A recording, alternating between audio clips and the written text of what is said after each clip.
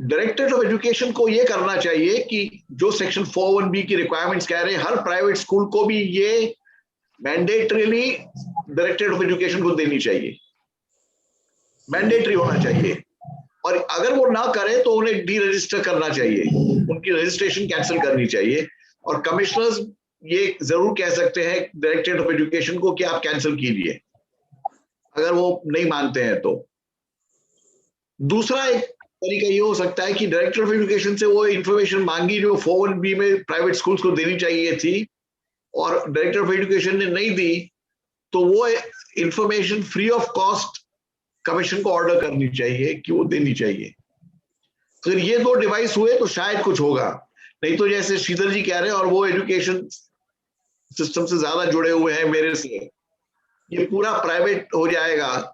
किसी ने कहा था कि हम दो हमारे दो, वैसी कहानी हो जाएगी, तो उसको हमको अवॉइड करना चाहिए।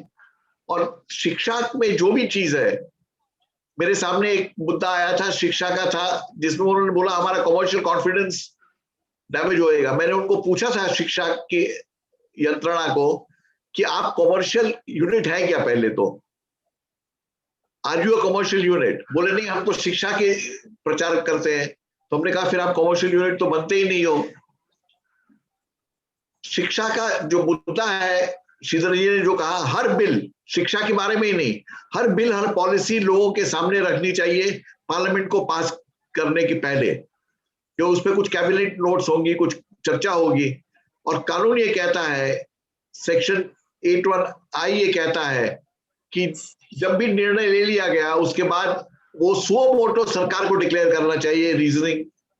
और ये अगर इन्फोर्स कर सके कमीशन, स्टेट गवर्नमेंट्स को भी ये अप्लाई हो सकता है, और मेरे हिसाब से उससे काफी फायदा होगा। धन्यवाद।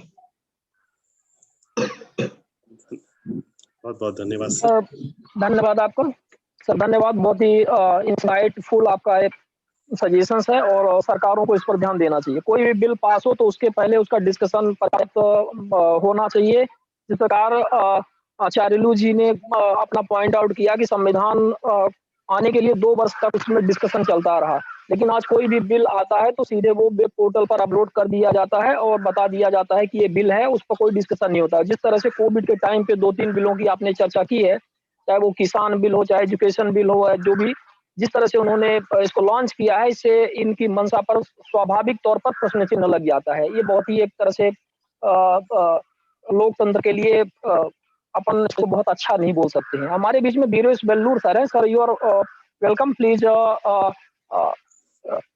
your thoughts on the topic, and you have already circulated some I think some files, PDF files, which I have already circulated among the groups.